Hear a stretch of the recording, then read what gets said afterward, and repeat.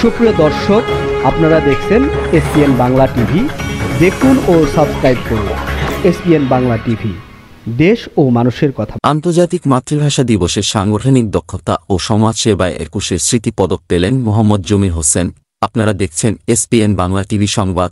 7 ফেব্রুয়ারি 2025 অনেট hotel ঢাকায় 21 স্মৃতি সংসদ ও সার্ক কালচারাল ফোরামের উদ্যোগে আন্তর্জাতিক মাতৃভাষা দিবসে আলোচনা সভায় অতিথিরা সাবেক অতিরিক্ত সচিব পীরজাদা শহীদুল হারুন, ঢাকা বিশ্ববিদ্যালয়ের অধ্যাপক Hamida Khanam, solver agro farmer ব্যবস্থাপনা পরিচালক মোহাম্মদ আব্দুস সাত্তার, ম্যারেজ সলিউশন বিডির ব্যবস্থাপনা পরিচালক শাখাওয়াত হোসেন শুভ, সংস্থার সভাপতি আন্তর্জাতিক সংগঠক পিস অ্যাম্বাসেডর এটিএম মমতাজুল করিম এরা সাংগঠনিক দক্ষতা ও সমাজসেবায় বিশেষ অবদানের জন্য 21 স্মৃতি পদক তুলে দেন মোহাম্মদ জমির হোসেনের হাতে।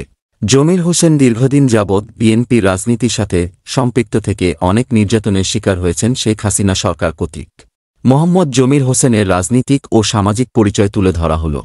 মোহাম্মদ জমির হোসেন, সভাপতি, বিজয়নগর উপজেলা বিএনপি, সাবেক আহ্বায়ক, বিজয়নগর উপজেলা বিএনপি, সাবেক যুগ্ম সাধারণ সম্পাদক 3বার 1991 থেকে 2008, ব্রাহ্মণবাড়িয়া সদর বিজয়নগর উপজেলা বিএনপি, সভাপতি, বিজয়নগর উপজেলা বাস্তবায়ন সংগ্রাম পরিষদ, সভাপতি, চম্পকনগর বাজার ব্যবসায়ী কমিটি, সভাপতি, বিজয়নগর উপজেলা বাস্তবায়ন সংগ্রাম পরিষদ, সভাপতি, চম্পকনগর বাজার ব্যবসায়ী কমিটি, সাধারণ সম্পাদক, চম্পকনগর কলেজ বাস্তবায়ন প্রস্তুতি কমিটি।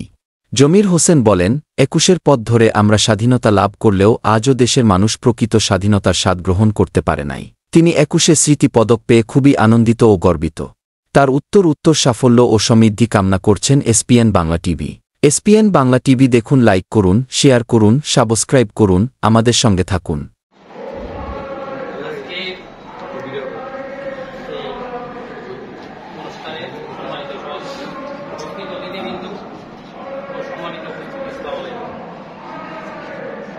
আসলে আমরা রাজনীতি করি, রাজনীতির মাঠে থাকি, জনগণের পাশে থাকি এবং আমাদের যে মাতৃভাষা, সেই মাতৃভাষা 21 ফেব্রুয়ারি আসলেই আমরা বিভিন্ন স্কুল কলেজ এবং বিভিন্ন সংগঠনের মাধ্যমে আমরা পালন করে থাকি। বিশেষ করে ছাত্রছাত্রী এবং নতুন প্রজন্মকে উৎসাহিত করি। এমনি আজকে যখন এখানে যে দাওয়াতটা পেয়েছিলাম, তো নিজেকে একটু গর্ববোধ হচ্ছিল এই জন্য যে 45 বছর রাজনৈতিক জীবনে আমরা মাঠে যারা কাজ করি, মাঠের কর্মীদের এই দেশে মূল্যায়ন হয় না।